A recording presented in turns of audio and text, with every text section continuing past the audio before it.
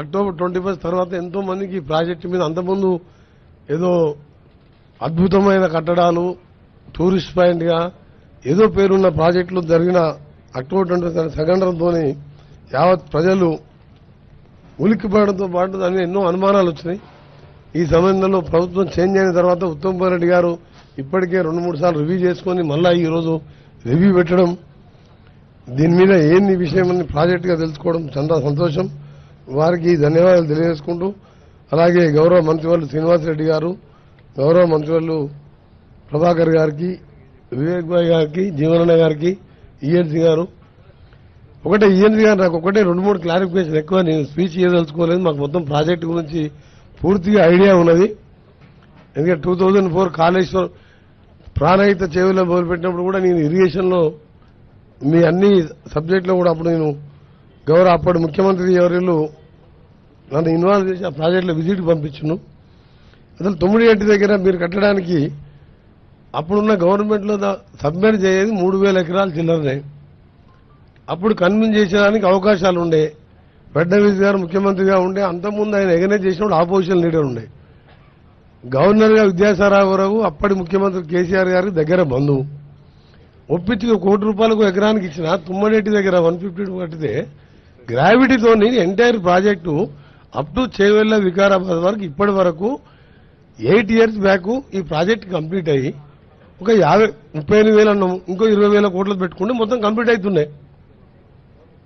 అంటే ఈ వాంటెడ్లు చేసినా అతను ఇంజనీర్స్ ఏమైనా అడ్వైస్ తీసుకున్నా, లేకపోతే కేసీఆర్ గారు ముఖ్యమంత్రిగా ఆయననే చీఫ్ ఇంజనీర్ గా డిజైన్ చేసినా, ఇది అసలు ప్రజలకు తెలియాలి. అసలు ఇది ఎవరైనా కిందికి పోయే గ్రావిటీ పోయి కింద పోయే వాటరు కింద 3 బ్యారేజ్ కట్టి పైకి తీసుకొచ్చి కిందికి వదిలిపెట్టడం అదొక తుగ్లక్ చర్య. అది ఇంకా మీరు రాను ఇంకా కిందికి పోయి పోలవరం దగ్గర కట్టి మళ్ళీ 3 బ్యారేజ్ కట్టేవాళ్ళు. మీరు ఏంది పని అది?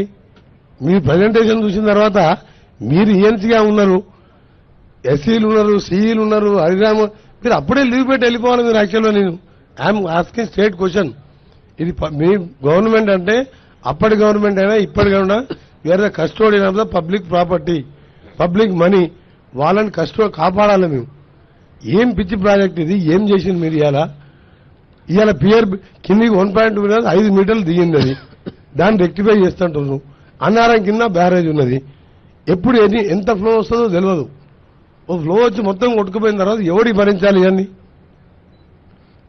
రెండోది, అవసరం లేకుండా మీరు రిజర్వాయర్ పేరు మీద 3rd టీఎంసీ తీసుకొని ఎవరో కేసీఆర్ బంధువుకు మీరు అది కట్టిపెట్టి నామినేషన్ మీద, అంటే అండర్స్టాండింగ్ టెండర్ మీద, అది అవసరమే లేదు 3rd టీఎంసీ. ఆ రోజు కూడా నేను అసెంబ్లీలో చెప్పిన, ఇంత వేస్ట్ ఆఫ్ మనీ చేసి ఇవాళ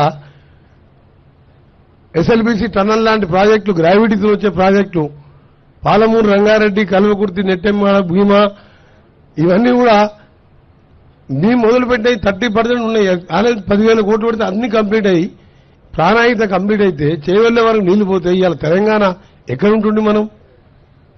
అందుకనే ఇప్పటికి రిక్వెస్ట్ ఏంటంటే, మీరు ఈ ప్రజెంటేషన్స్ ఇవన్నీ కూడా మాకు తెలిసినాయి. టోటల్ గా ఇంజనీరింగ్ డిపార్ట్మెంట్ సీఎం ఉన్నా సరే తప్పని చెప్పాలి మీరు. దీంట్లో నా గౌరవ మంత్రి గారిని ఒకటే కోరుతున్నది, దీని మీద సరి అయిన ఎంక్వైరీ చేసుకొని అసలు మీరు తీసుకొచ్చిన పంపులు 21 పంపింగ్ స్టేషన్స్ ఏ కంపెనీకి వెళ్ళి తీసుకొచ్చిండ్రు? టోటల్ అసెంబ్ల్డ్ మోటార్స్, దాని వాల్యూ ఎంత? బిహెచ్ఎల్ మోటార్ మా ఉదయ సముద్రం ప్రాజెక్టులో ఏఎంఆర్పీలో నేను ఫస్ట్ 99లో ఎమ్మెల్యే ఉన్నప్పుడు ఫిట్ చేపిస్తే ఇప్పటికి రిపేర్ రాలే. అంతకుముందే 2 ఇయర్స్ ముందు ఉండేది. 25 ఇయర్స్ లో ఒక్కసారి బ్రేక్ డౌన్ కానీ ఆ మోటార్స్ మీకు కూడా తెలుసు. మురళి ఈఎన్సీ గారు ఎప్పుడైనా ఫెయిల్ అయినా మోటార్స్, ఈ చెత్త మోటార్లు అసెంబ్లీ మోటార్ తీసుకొచ్చి 1,000 కోట్ల రూపాయల మోటార్ 4,000 కోట్లు ఛార్జ్ చేసాం. డిఫరెంట్ కంపెనీస్, స్మాల్ కంపెనీస్కి వెళ్ళి తీసుకొచ్చి అసెంబ్లీ తీసుకొచ్చి ఫిట్ చేసాం. ఎంత బాధ అనిపిస్తుంది అంటే, మాకు ఇవాళ గవర్నమెంట్ లో మేము గవర్నమెంట్ నుండి సెటరేట్ చేద్దామన్నా సెటరేట్ చేయలేని పరిస్థితి తీసుకొచ్చారు మీరు.